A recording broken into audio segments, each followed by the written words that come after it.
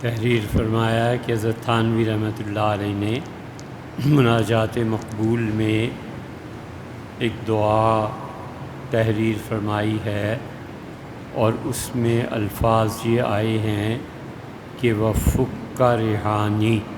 اس کا مطلب کیا؟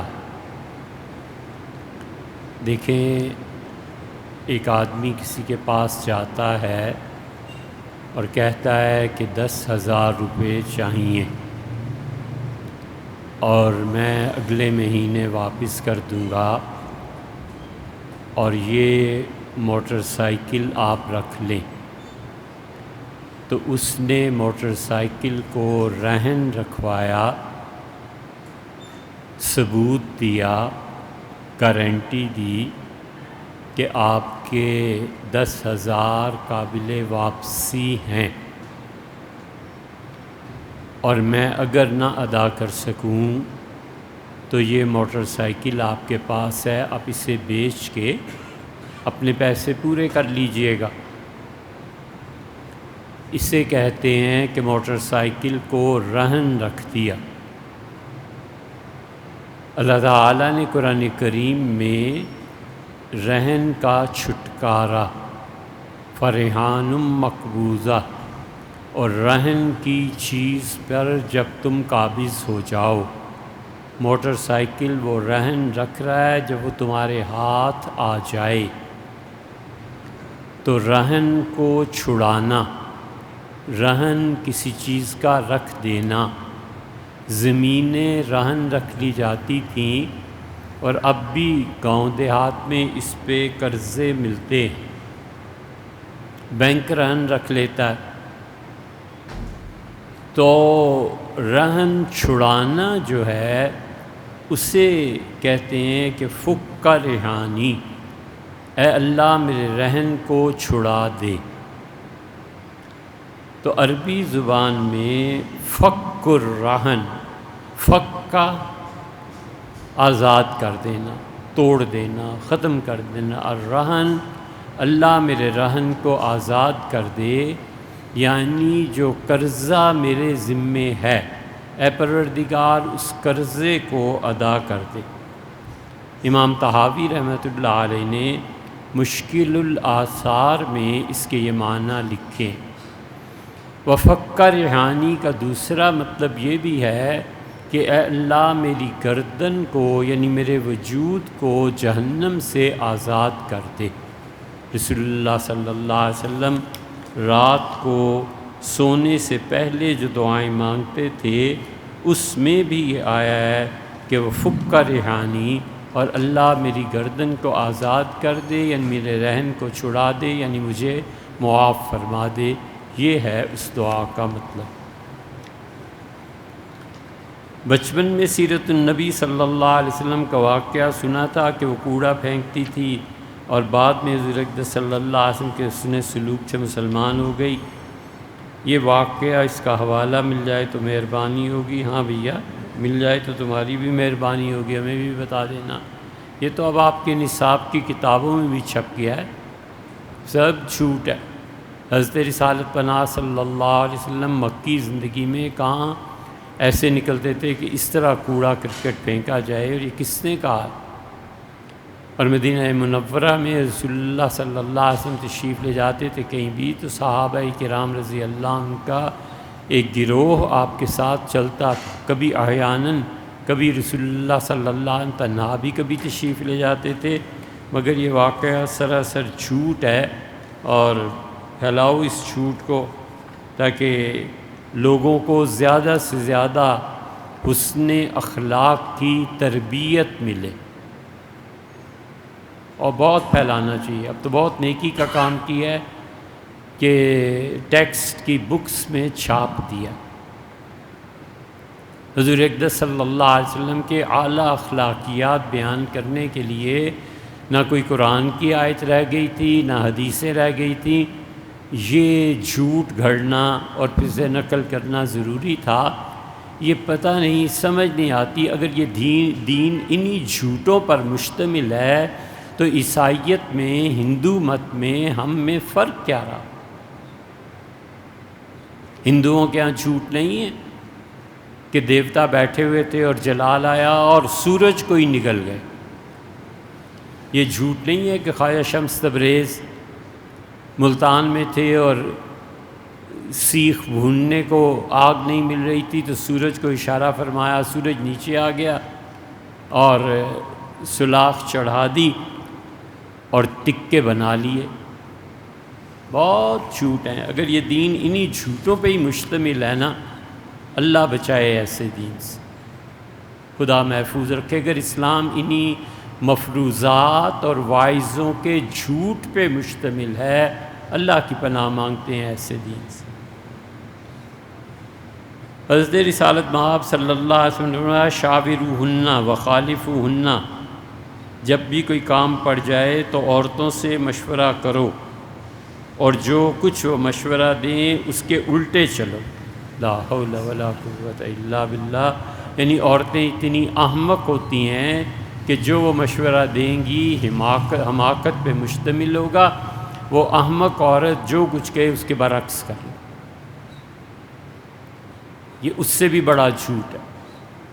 حضرت رسالت مآب صلی اللہ علیہ وسلم خود اپنی بیویوں سے مشورہ کرتے تھے، صحیح احادیث میں آیا۔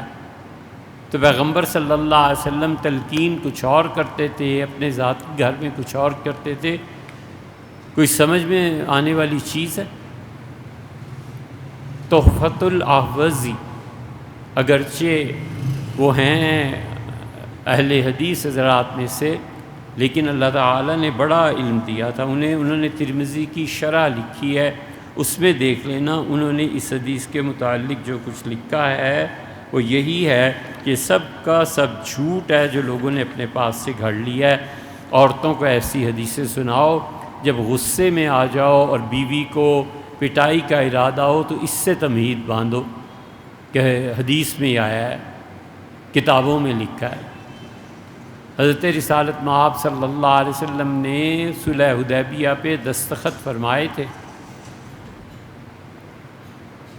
اور صحابہ کرام رضی اللہ عنہ پہ اس قدر مایوسی کی کیفیت طاری تھی کہ سیدنا عمر رضی اللہ عنہ کہتے تھے میں نے کتنی ہی مرتبہ غلاموں کو آزاد کیا ہے اور روزے رکھے ہیں اور اللہ سے معافی مانگی ہے کہ جس دن یہ صلح ہوئی تھی میری آواز رسول اللہ صلی اللہ علیہ وسلم کی آواز سے بلند ہو گئی تھی، اللہ مجھے معاف فرما دے۔ اتنا سخت ان پہ غلبہ تھا مایوسی کا کہ ان کا اللہ کے رسول ہمارا دین حق پہ نہیں ہے۔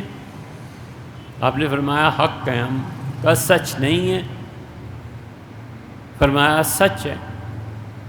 آپ عرض کیا اللہ کے رسول پھر یہ معاہدہ آپ نے کیوں اتنی ذلت کے ساتھ کر لیا؟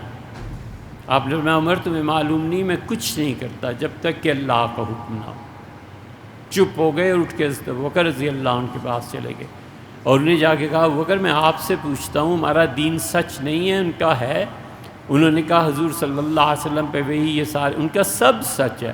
ان کا پھر اس ذلت پہ معاہدہ کیوں کریں کفار مکہ کے ساتھ، لڑتے کیوں نہیں؟ ان کا تمہیں پتہ ہے عمر میں اس وقت تک کچھ نہیں کہتا جب تک رسول اللہ صلی اللہ علیہ وسلم نے کچھ ارشاد فرمایا۔ نبی کریم صلی اللہ علیہ وسلم دستخط کیا اور فرمایا اٹھو اپنی قربانیوں کو ذبح کرو اور اپنے سر کے بال منڈاؤ۔ کوئی اٹھا ہی نہیں، وہ جو صحابہ رضی اللہ عنہ جان چھڑکتے تھے اس حکم پر اٹھے نہیں، اور آپ حیران رہ گئے کہ یہ میری جماعت اور ان کا یہ رویہ، خیمے میں تشریف لے گئے۔ حافظ ابن حجر رحمۃ اللہ فتح الباری میں لکھا ہے غالباً ام المومنین ام سلمہ رضی اللہ عنہا تھی، ان سے جا کے کہا کہ انہیں کیا ہو گیا ہے، میں انہیں کہہ رہا ہوں اٹھو اور سر کے بال صاف کراؤ اور قربانیاں دو اور یہ اٹھ ہی نہیں رہے۔ تو مشورہ انہوں نے کیا دیا، بہت زبردست۔ ان کا اللہ کے رسول چھوڑ دیں سب کو، آپ خود جائیں اور جا کر اپنی قربانی کے جانور پر ہاتھ رکھیں اور اپنے بال اتروائیں، پھر آپ دیکھیں کیا ہوتا ہے۔ حضور صلی اللہ علیہ وسلم گئے اور اس مشورے کے مطابق اپنی قربانی کے جانور پر ہاتھ رکھا۔ صحابہ رضی اللہ عنہ قربانیوں کی طرف اس طرح بھاگے کہ راوی کہتا ہے میں نے سوچا شاید یہ ایک دوسرے کو قتل کر دیں گے، اس تیزی سے وہ جانوروں کی طرف بھاگے چھریاں لے کے۔ یہ عورتوں ہی سے تو مشورہ کیا ہے، بیوی سے ہی تو مشورہ کیا ہے۔ ام المومنین سے عائشہ رضی اللہ عنہ کے متعلق کیا، جس سے بھی جو کچھ بکا، والعیاذ باللہ۔ آپ نے سیدنا علی رضی اللہ عنہ سے غالباً پوچھا، غالباً یہ فتح الباری میں سارا قصہ ہم بیان بھی کر چکے ہیں۔ انہوں نے کہا حضرت سب سے اچھی چیز یہ ہے کہ آپ گھر کی جو نوکرانی ہے نا، اس سے پوچھیں کہ آپ کی اہلیہ کا کردار کیا۔ تو رسول اللہ صلی اللہ علیہ وسلم بلایا اور فرمایا میری بیوی کیسی ہیں، مطلب یہ کہ میں جب گھر پہ نہیں ہوتا یا ویسے ان کا رجحان کسی غیر مرد کی طرف ہے۔ انہوں نے کہا اللہ کے رسول خدا کی قسم ہے آپ کی بیوی خالص سونا ہے، سرخ سونا ہے، اس کا کردار اتنا بلند ہے۔ عورتوں سے ہی مشورہ کیا تھا۔ پھر اپنی اہلیہ حضرت زینب رضی اللہ عنہ کو بلایا۔ حضرت زینب رضی اللہ عنہ رسول اللہ صلی اللہ علیہ وسلم کی بیویوں میں دو گروپ بن گئے تھے، ایک کی سربراہ زینب تھی، ایک کی عائشہ تھی رضی اللہ تعالی عنہ۔ تو آپ نے فرمایا زینب میں آپ سے پوچھتا ہوں، زینب اس موقع پہ کچھ بھی کہہ سکتی تھی۔ حضرت عائشہ رضی اللہ عنہ نے فرمایا، بخاری میں آیا ہے، آپ نے فرمایا ہی التی تسامینی من ازواج رسول اللہ صلی اللہ علیہ وسلم، رسول اللہ صلی اللہ علیہ وسلم کی بیویوں میں، ان کی ازواج میں کوئی قد و کاٹ کی کوئی عورت میرے مقابل کی تھی تو زینب تھی۔ اللہ کی قسم اس نے سوائے سچ کے کچھ نہیں بولا۔ اس نے کہا اللہ کے رسول اللہ کی قسم ہے میں نے آپ کی بیوی میں کوئی عیب نہیں دیکھی۔ یہ عورتوں سے مشورہ نہیں ہے اور کیا ہے، ایسی ہی فضول چیزیں۔ یہ کسی عورت کے کان میں پڑ گئی تو اس سے دین میں نفرت پیدا نہیں ہوگی۔ حضور صلی اللہ علیہ وسلم کی بیویاں ہی تو تھیں، آخری وقت تک کمرے میں تھیں، بار بار ارشاد فرماتے رہے کہ کدھر ہیں، علی آئے ہیں یا نہیں آئے۔ بیویوں نے ہی مشورہ دیا تھا کہ اللہ کے رسول آپ اپنی جگہ عمر رضی اللہ عنہ کو کھڑا کر دیں، میرے والد ابوبکر رضی اللہ عنہ بہت کمزور دل کے ہیں، آپ کی جگہ پہ کھڑے ہوں گے نا تو رو دیں گے، نماز پڑھانا دشوار ہو جائے گا۔ تو رسول اللہ صلی اللہ علیہ وسلم میرے ساتھ ایسے کرنے لگی ہو جو یوسف علیہ السلام کے ساتھ عورتوں نے کیا تھا، مر ابا بکر فلیصلی، ابوبکر کو جاؤ اور میرا حکم سناؤ، تو اسے کہو نماز پڑھائے۔ حضرت عمر رضی اللہ عنہ نے نماز پڑھا دی عورتوں کے مشورے سے۔ رسول اللہ صلی اللہ علیہ وسلم برا منایا، اس کا منع فرمایا کہ میں نے جب کہا ابوبکر پڑھائیں گے تو کیوں عمر کھڑے ہوئے۔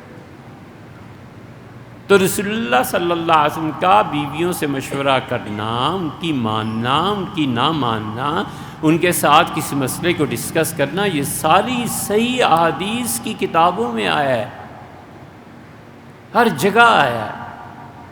عورت آتی ہے کہتی ہے اللہ کے رسول میرے ساتھ یہ ہو گیا، اچھا یہ کر لو، اچھا یہ کر لو، اچھا تمہارا مشورہ کیا ہے، تم کیا کہتی ہو، مجھے اسے کیا کہنا چاہیے۔ اس لیے ہم پھر کہتے ہیں اگر یہ دین خدا کا اور رسول اللہ صلی اللہ علیہ وسلم کے حدیث ان جھوٹوں پہ ہی قائم ہے نا، اور یہ جھوٹ ہی تم نے پھیلانا ہے، تو اللہ اس دین سے معاف رکھے ہمیں، ہم ایسے کسی دین کو نہیں مانتے بھائی، کام کرو اپنا۔ حضور اقدس صلی اللہ علیہ وسلم کہیں نہیں فرمایا، حتیٰ کہ بعض محدثین نے اسے ضعیف حدیث گنوایا ہے، لیکن اس کے باوجود اکابر محدثین نے اس کی مخالفت کی ہے۔ ایک لیکچر میں کہا ہے کہ کچھ تنظیمیں خلافت کے نام پر بچوں کے برین واش کرتی ہیں، انہیں تشدد کی تربیت دیتی ہیں۔ کیا ہم ڈاکٹر اسرار احمد صاحب کی خلافت کی احیاء کے لیے عوامی تحریک میں شامل ہو سکتے ہیں، یہ شروع کر سکتے ہیں؟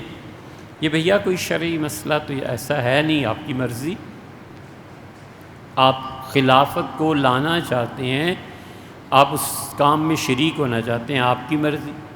اگر آپ نے ہم سے مشورے کے طور پوچھا ہے تو مشورے کے طور پر یہ ہے کہ سیدھی طرح منہ لگ کے پڑھو اور دنیا میں بہتر سے بہتر عہدہ حاصل کرو، فوج میں جاؤ، CSS میں جاؤ، ٹیچنگ میں جاؤ، جو کام ڈھنگ سے کرنے کے نا وہ کرو تاکہ اگلی نسل تیار ہو۔ خلافت تو بہت دور کی بات ہے، شرفاء کی حکومت اس ملک میں آ جائے نا تو 100 اللہ کا شکر ادا کرنا چاہیے، اور ہر شکر پہ 1000 سجدے بجا لانے چاہیے کہ پروردگار کچھ نیک بھلے لوگوں کی حکومت آ گئی۔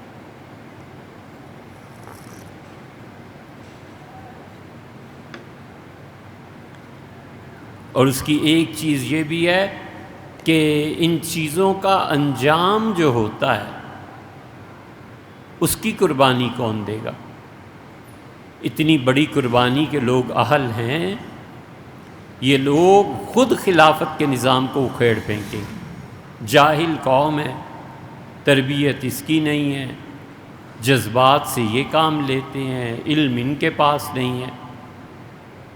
اس قوم کے متعلق یہ سوچنا کہ یہ شرفاء کی حکومت چلنے دیں، یہی بڑا مشکل ہے یار۔ خلافت تو بہت دور کی بات ہے۔ تربیت کرنی چاہیے اور معاشرے میں ایسی اولاد کو لانا چاہیے جو اولاد کم سے کم بنیادی طور پہ انسان ہے، اسے اپنے غصے پہ قابو ہے، اسے اپنی عقل پہ قابو ہے اور اسے جنس پہ قابو ہے۔ جس دن بھی ایسے 2-4 ہزار پیدا ہو گئے نا جنہیں عقل، جنس اور غصے 3 چیزوں پہ قابو ہے، پھر وہ قائدین بن سکتے ہیں انقلاب کے، نہ نومن تیلو نہ رادھا ناچے۔ بنو امیہ کے دور میں جمعے کے خطبہ میں حضرت سیدنا علی رضی اللہ عنہ پہ تنقید کس نے شروع کروائی تھی اور یہ سلسلہ کب تک چلا اور کس نے یہ تنقید رکوائی؟ تفصیلی جواب دیں بھیا، تفصیل تو کہاں کریں گے۔ یہ سب کا لفظ جو ہے نا، یہ عربی زبان میں ضروری نہیں ہے کہ گالی کے لیے استعمال ہو۔ حضور اقدس صلی اللہ علیہ وسلم کے متعلق آتا ہے کہ سبا، حضور صلی اللہ علیہ وسلم نے سب کیا۔ سبا کا مطلب ڈانٹنا بھی ہے، سبا کا مطلب برا بھلا بھی کہنا ہے، سبا کا مطلب گالی بھی دینا ہے جو ہمارے معاشرے میں رائج ہے۔ اس لیے ترجمے میں احتیاط کرنی چاہیے۔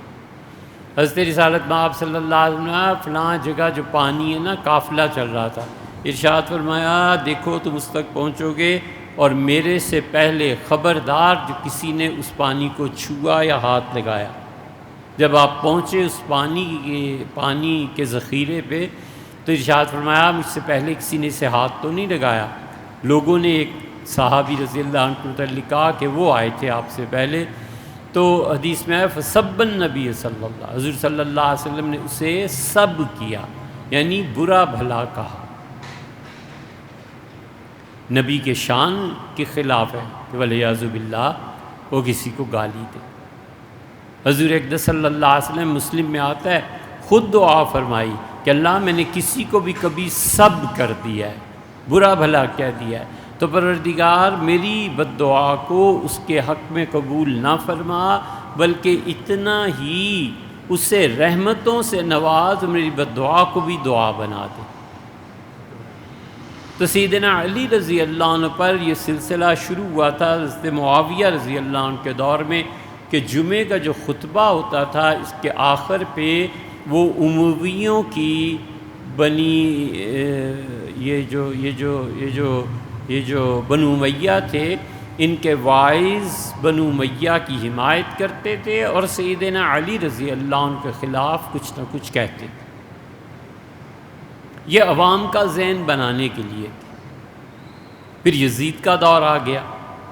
اب جتنے بھی حج کرنے کے لیے جاتے تھے، حضرت عبداللہ ابن زبیر رضی اللہ عنہ بلا کے خطیب تھے، ختم تھی خطابت، عربی کی خطابت اور عربی کا جاہ جلال زبان کا دیکھنا ہو تو سیدنا علی رضی اللہ عنہ کو دیکھو۔ حضرت ام المومنین عائشہ رضی اللہ عنہ ایسی زبردست فکرے اور تعبیرات کرتی ہیں، کمال ہے۔ میری آنکھوں نے نیند کا سرما نہیں لگایا جب تک کہ مجھ پہ تہمت رہی۔ کمال کی تعبیرات۔ یہ ان کے بھانجے تھے، یہ بھی کمال کے خطیب تھے۔ ایک لفظ آ جائے ان کے خطبے میں دوبارہ وہ لفظ نہیں بولتے تھے، اتنے زبردست۔ تو یہ عرفات میں، مینا کے خطبات میں، حرم شریف کے خطبات میں بنو امیہ کے خلاف ذہن بناتے تھے۔ انہوں نے کیا کیا کہ بیت المقدس کو اتنا ہی سنوارنا شروع کیا کہ بیت اللہ کے مقابلے میں لوگ بیت المقدس کی طرف آئیں، لیکن کون آتا تھا؟ تو یہ سلسلہ سیاسی طور پر جاری تھا، اور سیدنا معاویہ رضی اللہ عنہ کا دور پھر گزرا، پھر بنو امیہ کا دوسرا دور آیا۔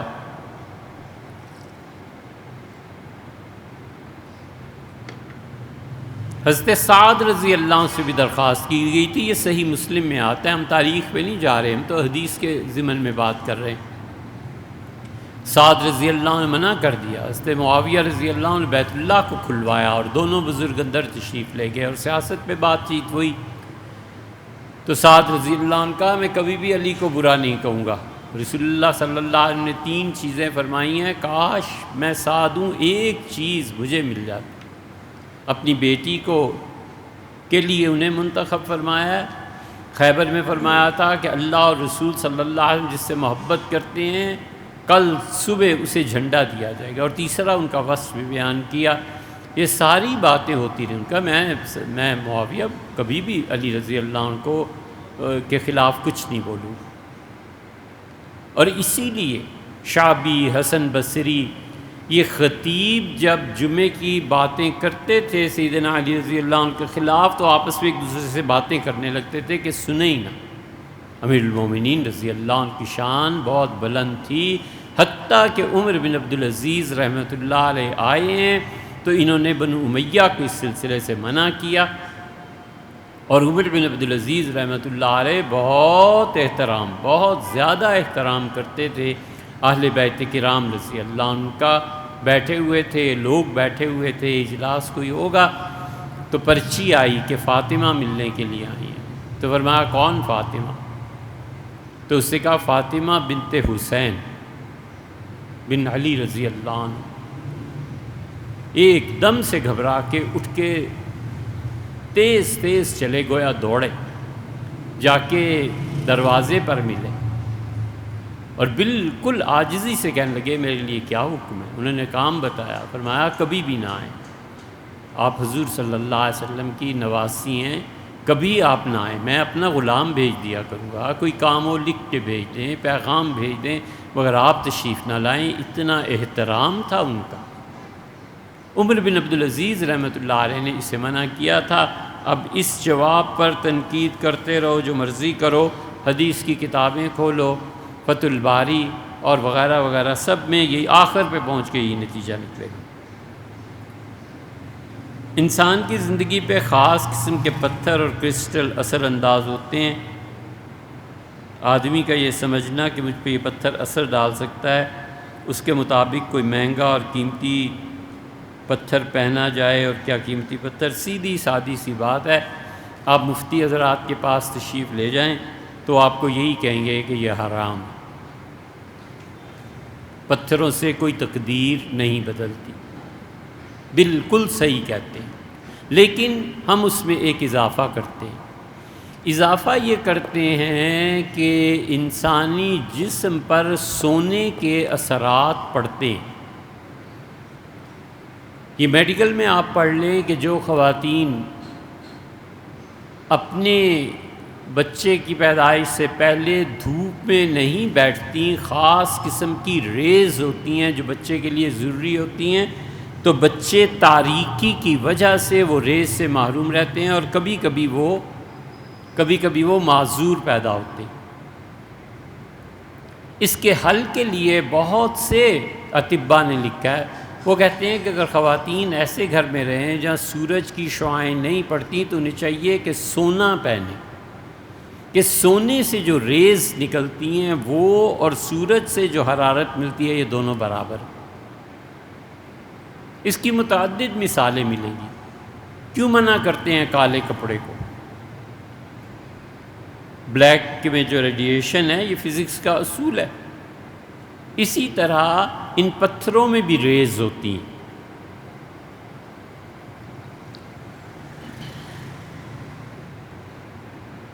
تو کوئی اس علم کو جانتا ہو، یہ پہلی شرط ہے۔ جھوٹ نہ بولے، ایسی تکے نہ لگائے، اور وہ کہے آپ کو یہ بیماری ہے، آپ یہ چیز پہن لیں، یہ پتھر اپنے پاس رکھیں، اس سے جو ریز جو شعاعیں برآمد ہوتی ہیں، جس طرح سورج کی شعاعیں ہیں، اس کی شعاعیں آپ کی اس بیماری کا یہ حل ہے، اس پہ ہم کہتے ہیں کوئی حرج نہیں، سوچ سمجھ کے فتویٰ دینا چاہیے، اس میں کیا حرج ہے، اس پہ اعتراض کرو۔ اور اگر کوئی یہ سمجھتا ہے کہ پتھر پہننے سے تقدیر بدل جائے گی، ولیعذ باللہ، یہ کام نہیں کرنے چاہیے۔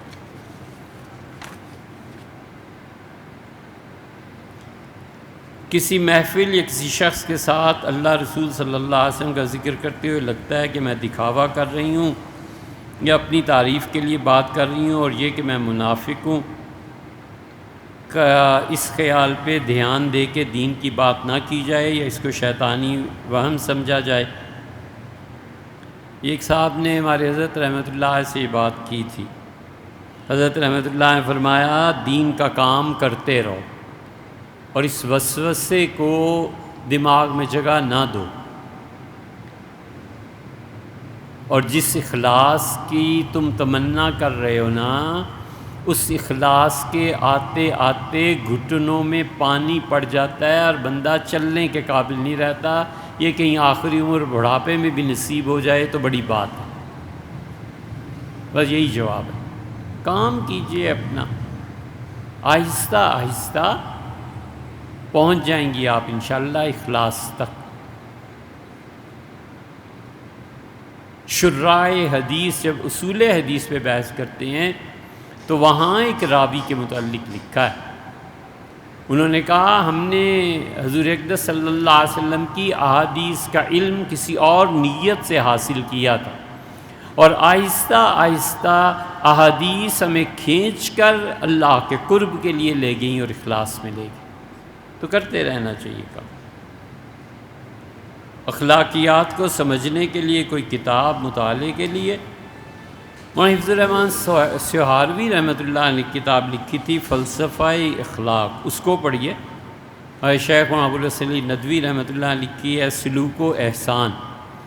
یہ حضرت مولانا فضل الرحمان گنج مراد آبادی رحمۃ اللہ علیہ کی ہے کے متعلق بھی ہے ان کی کتاب۔ یہ دو کتابیں، ایک سلوک و احسان اور ایک یہ پڑھیے، اس سے آپ کو پتہ چلے گا۔ اور سب سے اچھی کتاب اگر اردو زبان کی آپ بات کریں تو وہ حضرت مولانا یعقوب صاحب مجددی رحمۃ اللہ علیہ بھوپال میں تھے۔ بھوپال میں نقشبندیوں کی خانقاہ اب بھی سلامت ہے، اللہ اسے سلامت رکھے تا قیامت رکھے۔ حضرت مجدد رحمۃ اللہ کے چھوٹے بیٹے تھے یحییٰ، تو یہ معصومی مجددین وہ الگ خاندان ہے، اور یحیوی مجددین وہ الگ خاندان ہے بھوپال والوں کے ہاں۔ اس میں حضرت مولانا یعقوب صاحب مجددی رحمۃ اللہ تھے، کیا کہنے رحمہ اللہ۔ ان پہ حضرت رحمۃ اللہ علیہ مولانا میاں صاحب رحمۃ اللہ کتاب لکھی تھی، اس کا نام ہے صحبت با اہل دل، اسے پڑھیے، اور ایک آدھ مرتبہ نہیں 2-4 مرتبہ پڑھیے تاکہ آپ سمجھیں کہ یہ تصوف کیا ہے۔ اسلام کی تعلیمات سے پتہ چلتا ہے کہ دین کا علم ہر مسلمان مرد و عورت پر فرض ہے، تو دین کے بارے میں کن امور کو جاننا چاہیے؟ بس بھئی دین کے بارے میں جہاں تک آپ نے پہنچا ہے ان امور کو جاننا چاہیے، سیدھی سی بات ہے۔ فرائض کا پتہ ہونا چاہیے، جو چیزیں فرض ہیں اس کا علم ہونا چاہیے۔ نماز فرض ہے، یہ پتہ ہونا چاہیے کہ نماز کن چیزوں سے ہوتی ہے اور کن چیزوں سے نہیں ہوتی۔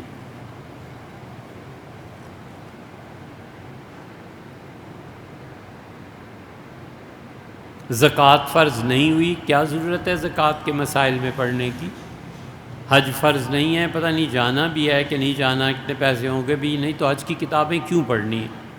بس اتنا علم حاصل کریں جو ضروریات دین میں سے۔ عقیدہ ہر مسلمان کی ضرورت ہے، عقیدے کو پڑھ لیں کہ اسلام اور کفر میں امتیاز کیا ہے۔ پتہ ہونا چاہیے کہ حضرت رسالت مآب صلی اللہ علیہ وسلم کی ختم نبوت کا انکار کرنے سے آدمی کافر ہو جاتا ہے۔ پتہ ہونا چاہیے کہ صحابہ کرام رضی اللہ عنہم میں کس کے متعلق کیا عقیدہ رکھنا ہے۔ سیدنا ابو بکر رضی اللہ عنہ کی صحابیت کا انکار کفر ہے۔ تقدیر اللہ کی ایمان لانا ہے، اور تقدیر کی 6 قسمیں ہیں، اور سب پہ ایمان لانا ضروری ہے، یا پھر یہ کہ سیدھا سادہ کہ اللہ آپ کی ہر تقدیر پر ایمان لائے۔ یہ ہر مسلمان کے لیے عقیدے کا علم ضروری، اور جو چیز فرض نہیں ہے کیا ضرورت ہے اس کی؟ ضرورت کس کو ہے؟ وہ مفتی ہے۔ مفتی کو چاہیے کہ اسے زکوٰۃ کا علم ہو، مفتی کو چاہیے کہ حج کے مسائل کا علم ہو۔ مفتی کا علم بہت وسیع ہوتا ہے، اور اگر اسے ان مسائل کے دلائل نہیں پتہ تو مفتی نہیں ہوتا، وہ ناقل ہوتا ہے۔ وہ کہتا ہے شامی میں یہ لکھا ہے، فلانے نے یہ لکھا ہے، اور اگر اس کو دلائل معلوم ہو کتاب و سنت کے کہ یہ فتویٰ جو امام نے دیا ہے اس کے پیچھے کون سی آیت ہے، کون سی حدیث ہے، کیا چیز ہے، تو وہ جو فتویٰ ہے وہ مفتی کا فتویٰ ہوتا ہے۔ تو اس لیے دین جتنی ضرورت ہے اتنے مسائل اس کی ضرورت ہے۔ عام مولوی صاحب ہوتے ہیں، مفتی نہیں ہوتے، ان سے مسائل کا پوچھنا جائز بھی نہیں ہے، سمجھے؟ کیونکہ اگر خدا نہ خواستہ وہ محض اپنی عقل سے بتا دے اور شریعت اس کے خلاف کہے تو پھر کیا ہوگا؟ قربانی کے بھی کچھ مسائل ہیں، وہ آئندہ انشاءاللہ